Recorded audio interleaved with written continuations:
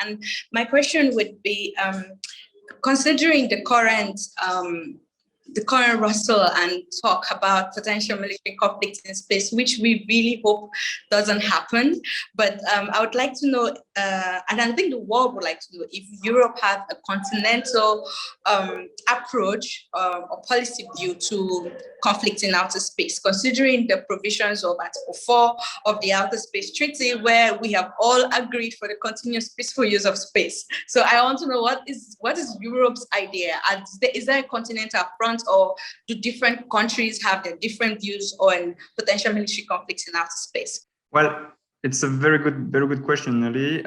As you mentioned in your question, there is basically the EU, but as you may know, in Europe, the thing is that we have a lot of different actors, let's say, dealing with space. And I think the first point I would like to mention, we have indeed the EU, the European Union, but we also have member states on a national basis. You have national space organizations dealing with this kind of issue, and we have the European Space Agency, which is also a major actor, of course, in the space field. Then when it comes to this question of military conflict, I would like to make a first distinction. Indeed, there is this question of military conflict in space, meaning how to protect the satellites from an armed attack from another satellite. But we also have to take into account that space is used for military operations on Earth. And that's also why actually we see this development in the military space sector at the moment, more than for operations in space, which is a second point I would like to emphasize.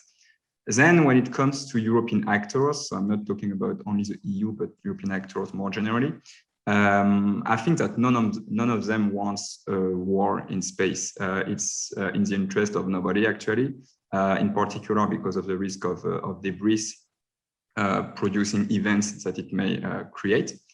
But I think that what we see right now in Europe is that European countries in particular have seen the environment evolving over the past years, and they are now preparing, meaning that European actors at international level still have this kind of peaceful purposes perception of space, and they support, let's say, initiatives against the proliferation of debris or to reinforce the sustainability of the space sector. But they also don't want to get caught off surprise by any potential adversary or rival nation that may attack them. So I would say that more than promoting a military conflict in space right now, they are more preparing for a potential risk. And so what have we seen over the past few years, actually? So we have seen that at national level, there is this development of military space activities, in particular with the, let's say, release of a lot of, or many national strategies on military space, basically, so space defense strategies in France, in Italy, in the UK, even though it's not the EU. But also we should emphasize that basically military space activities have taken place in a few European countries for ages, or for at least 20, 30 years, in particular in France, in Italy, in Germany. So it's also not something new, but there is a kind of revival and an acceleration of this trend. At ESA and EU level, it's a bit different. In particular, at EU levels, let's say historical mindset was more to focus on the civil activities and the commercial activities, with the objective to provide socio-economic benefits to European citizens.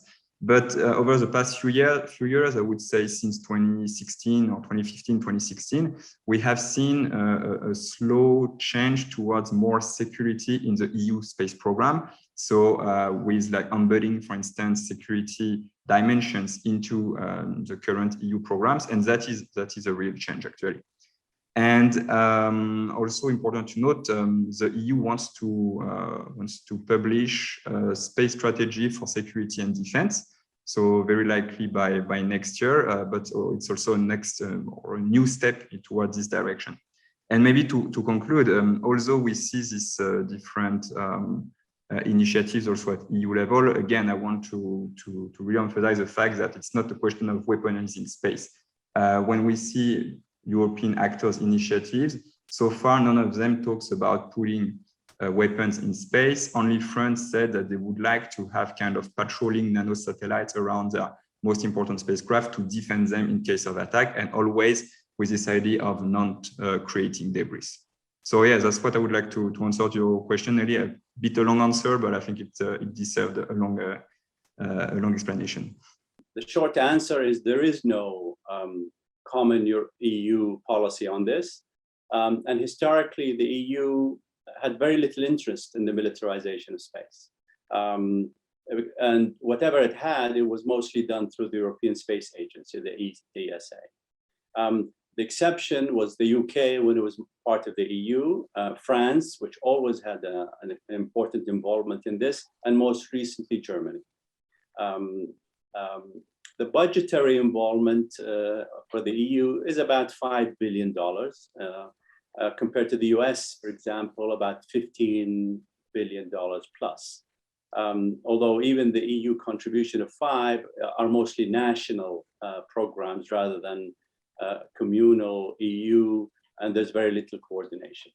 The exception, which is more recent, is what's called the EDA, which is the European Defense Agency, which is moving in this direction to have a communal view and policy, and what is called the Space Assets Group, which is the ECAP, which stands for the European Capabilities Action Plan. And that is becoming also more active.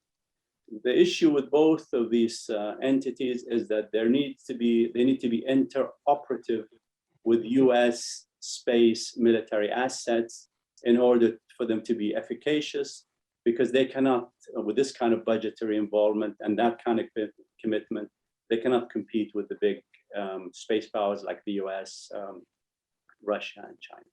I will start by answering the second one. So about the EU common policy view on it. So no, clearly there is no common EU policy view today on these issues. But I would say that if you look at the strategic compass, which was adopted a few months ago, there is kind of a beginning of a common reflection on this matter. So in fact, this strategic compass foresees that the EU will adopt an EU space strategy for security and defense by 2023, so actually next year. This was not self-evident because not all countries are aware of the reality of the weaponization of space and of the threats that it may represent. This is for various reasons, either because the countries do not have a space program, they don't have any space activity, or because they are neutral, for example, Austria, Ireland, or Malta. And for all these reasons, they were reluctant or opposed to the idea of an EU strategy on military space. But on the other hand, we have countries which are way more advanced on these issues in Europe. This is especially the case for France, which was the first EU member state to adopt a military space strategy in 2019. But this is also the case, for example, in Germany, Italy, Spain, or Luxembourg, which also have adopted similar documents or are currently working on these kinds of documents. And if we go back on France, during the French EU presidency, which will finish in a few days, France has really campaigned hard for this point to appear in the strategic compass. So there is a reflection which has started on adopting this EU strategy on military space. The European External Action Service is currently working on a first draft of this document, which will then be amended and reworked by member state. And once this document will be finished and adopted, it will provide a shared assessment of the space environment, of the threats and the challenges in space, and it will also include a roadmap on how to develop appropriate responses and capabilities to react better and faster to crises in space. So therefore, I would say that there is a beginning of an EU policy on this issue today. What's important, again, to understand here is that each launch is a bit different. You have different orbits, you have different mass of satellites being launched, different, again, purposes of the mission. So like a lot of different parameters that make each launch really specific.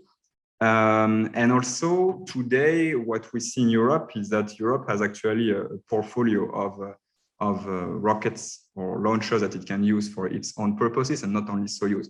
So basically, to put it simply, in the let's say, a small lift category, we have Vega and soon Vega C, so which are built mostly by Italian companies.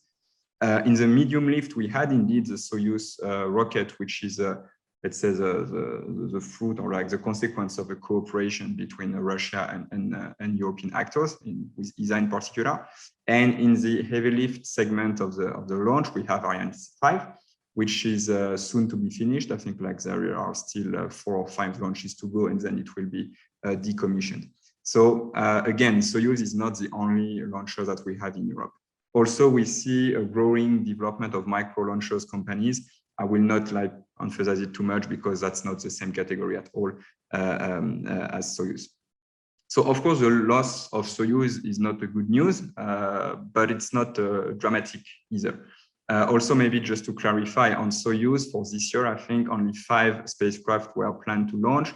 So 2 ESA spacecraft for scientific missions, 2 Galileo spacecraft for so the Galileo constellation of basically the European GPS, and 1 French military satellite. So what's to know as well is that I mentioned these three kind of rockets, but we also have a new rocket coming up next year, which is Ariane 6. So the first launch is expected for early next year, and it will help to bridge the gap also created by the loss of Soyuz. And this rocket actually has been prepared by Europeans since 2012 or 2014. But what's important to understand is that we had this Crimea crisis in 2014.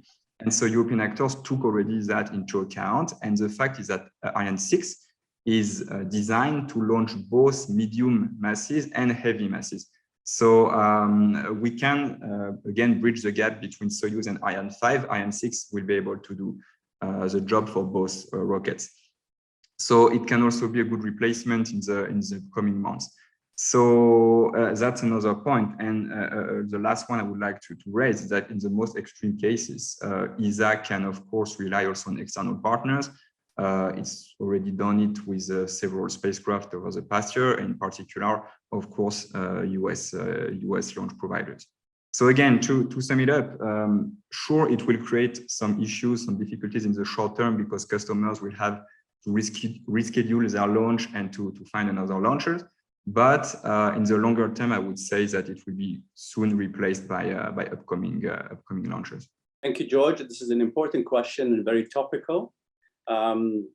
As you know, the European Space Agency suspended all cooperation with Russia after the Ukraine crisis. And therefore, the 3 upcoming moon missions that were pre-planned, as well as the interesting ExoMars, which is known as the Rosalind Franklin enterprise, are all stopped. As a result, Roscosmos, which is the European Space Agency, withdrew all of its permanent staff from Europe's spaceport in French Guiana. And of course, that eliminated and deferred all planned missions, including institutional missions for Galileo, for EUCLID, and for what's called Earth Care, are all canceled.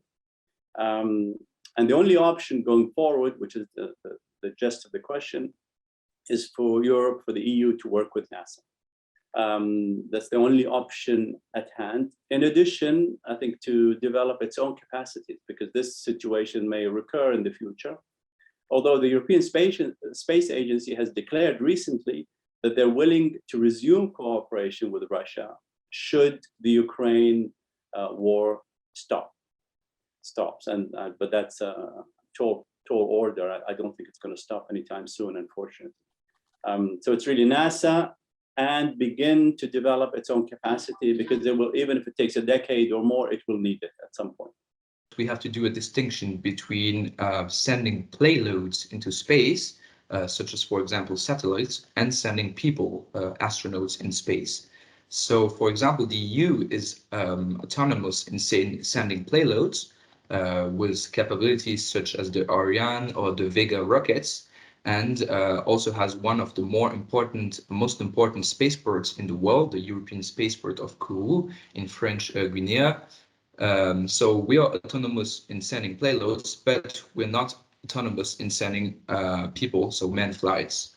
until now, the EU was dependent on the Soyuz shuttle from Roscosmos to send its astronauts to the International Space Station. So now that the cooperation with Russia was suspended, the European Space Agency can still conduct human spaceflight, thanks to other foreign alternatives, as for example, the SpaceX Dragon Crew shuttle, but we have to say that the options are more limited than before. So this raises indeed the question of the European autonomy in the field of manned flights. And this is a question that has been raised frequently since the 80s, where we already had a project for a European manned flight with the European Hermes shuttle project, which unfortunately failed. And recently we had Joseph Aschbach, the Director General of the European Space Agency, who put this issue back on the table and stated that such an autonomy was necessary and desirable.